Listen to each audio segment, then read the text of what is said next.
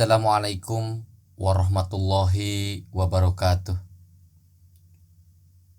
Innal hamdalillah nahmaduhu wa nasta'inuhu wa nastaghfiruh wa na'udzu billahi min syururi anfusina wa min sayyiati a'malina. May yahdihillahu fala mudhillalah wa may yudlilhu fala hadiyalah. Amma ba'.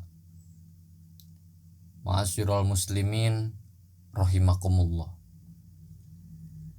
Pada zaman dulu ada seorang laki-laki yang dikenal dengan nama Bal'am bin Bawra. Beliau adalah seorang ulama dari kalangan Bani Israel yang hidup di zaman Nabi Musa alaihissalam. Beliau dikaruniai ilmu, nama-nama Allah subhanahu wa ta'ala yang mulia atau Ismul A'dham, dan berbagai kelebihan lainnya, hingga setiap doanya selalu Allah subhanahu wa ta'ala ijabah. Suatu ketika Nabi Musa alaihissalam dan rombongannya melakukan perjalanan dari Mesir. Beliau singgah di tanah Bani Kan'an, tempat di mana Bal'am tinggal. Melihat kedatangan Nabi Musa alaihissalam bersama orang-orang soleh lainnya, penguasa dan beberapa orang pemuka kabilah merasa terancam kedudukannya atas datangnya Nabi Musa alaihissalam. Mereka meminta Bal'am bin Bawra agar mendoakan Nabi Musa dan pengikutnya binasa. Mereka mendatangi Bal'am seraya berkata, "Wahai Bal'am, Musa bin Imran telah hadir di tengah Bani Israel. Kami khawatir kalau mereka akan mengusir kami.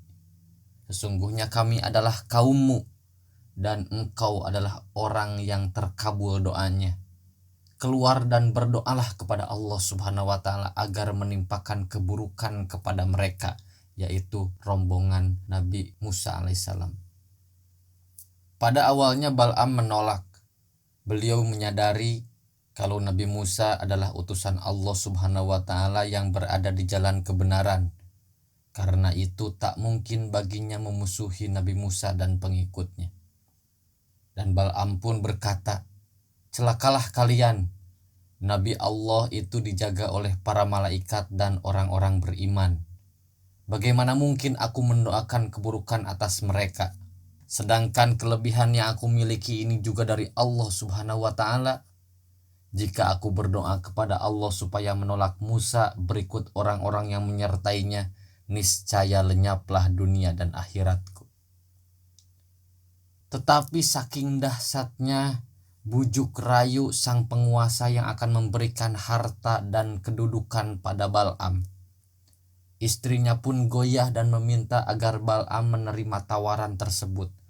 Akhirnya iman Bal'am pun ikut goyah dan tak kuasa menolaknya.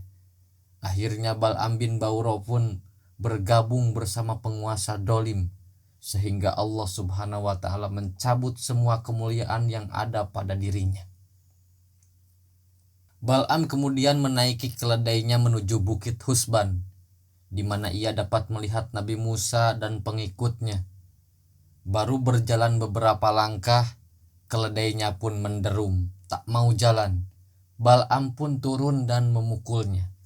Awalnya keledai itu tak mau jalan, tetapi karena dipukul keras, keledai itu pun berdiri. Baru berjalan beberapa langkah, keledai itu pun berhenti. Lalu dipukulnya kembali hingga berdiri. Selanjutnya keledai itu terus menolak, tak mau jalan. Ketika ia kembali menyiksa keledainya, maka Allah subhanahu wa ta'ala mengizinkan keledai tersebut berbicara pada Bal'am. Dan keledai itu pun berkata, "Celaka engkau wahai Bal'am. Kemana engkau hendak pergi? Tidakkah engkau melihat para malaikat di hadapanku menolak?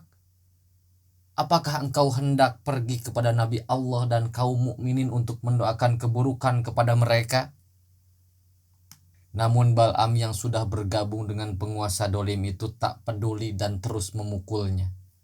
Allah subhanahu wa ta'ala membiarkan keledai itu berjalan hingga sampailah di hadapan Nabi Musa alaihissalam dan Bani Israel. Kemudian Bal'am pun mulai mendoakan keburukan kepada Nabi Musa alaihissalam dan para pengikutnya. Tetapi tidaklah ia mendoakan keburukan kepada mereka, melainkan Allah memalingkan lisannya sehingga mendoakan keburukan kepada kaumnya.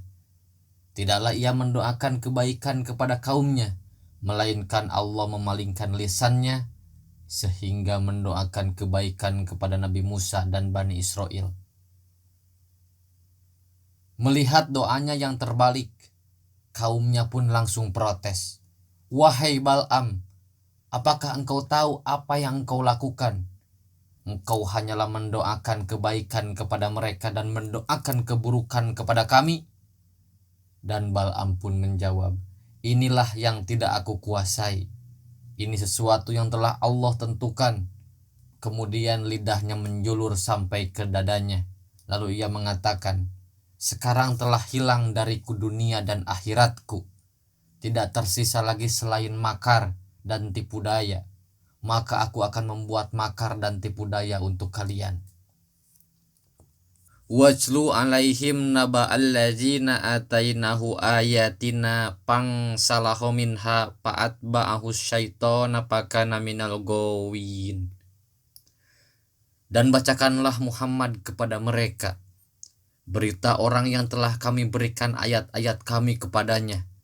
Kemudian dia melepaskan diri dari ayat-ayat itu, lalu dia diikuti oleh setan sampai dia tergoda. Lalu jadilah dia termasuk orang yang sesat. Walau syi'na larafa'nahu biha walakinnahu ahlada ilal ardi wattaba'a hawahu. Pamasaluhu kamasalil kalbi intahmil alaihi yalhas au tatrukhu yalhas. Zalika masalul qaumil ladzina kadzabu bi ayatina. Paksusil kososo la'allahum yatafakkarun. Dan sekiranya kami menghendaki, niscaya kami tinggikan derajatnya dengan ayat-ayat itu. Tetapi dia cenderung kepada dunia dan mengikuti keinginannya yang rendah. Maka perumpamaannya seperti anjing. Jika kamu menghalaunya, dijulurkan lidahnya. Dan jika kamu membiarkannya, ia menjulurkan lidahnya juga. Demikianlah perumpamaan orang-orang yang mendustakan ayat-ayat kami. Maka ceritakanlah kisah-kisah itu agar mereka berpikir. Sa'a masalanil qaumul ladzina kaddabu bi ayatina wa anfusahum kanu yadlimun. Sangat buruk perumpamaan orang-orang yang mendustakan ayat-ayat kami. Mereka mendolimi diri sendiri. Ma'asyiral muslimin rahimakumullah. Allah Subhanahu wa ta'ala menurunkan berbagai macam bencana serta penyakit menular yang menewaskan lebih dari 70.000 orang dan menjadikan lidah Bal'am menjulur seperti seekor anjing. Begitulah kemurkaan Allah Subhanahu wa ta'ala terhadap penguasa dolim dan ulama yang rela menjual agamanya demi harta dan kedudukannya. Allah Subhanahu wa ta'ala hinakan mereka seperti seekor anjing yang setia kepada majikannya. Diberi peringatan ataupun tidak, ia akan tetap menjulurkan lidahnya. Begitulah nasib ulama yang rela menjual agamanya demi harta, demi jabatan, dan orang-orang yang membayarnya. Semoga Allah kuatkan iman Islam kita dan kita bisa istiqomah melaksanakan perintah dan menjauhi larangannya hingga wafat dalam keadaan husnul khotimah. Amin. Wallahu alam. Semoga kisah ini bermanfaat. Wassalamualaikum warahmatullahi wabarakatuh.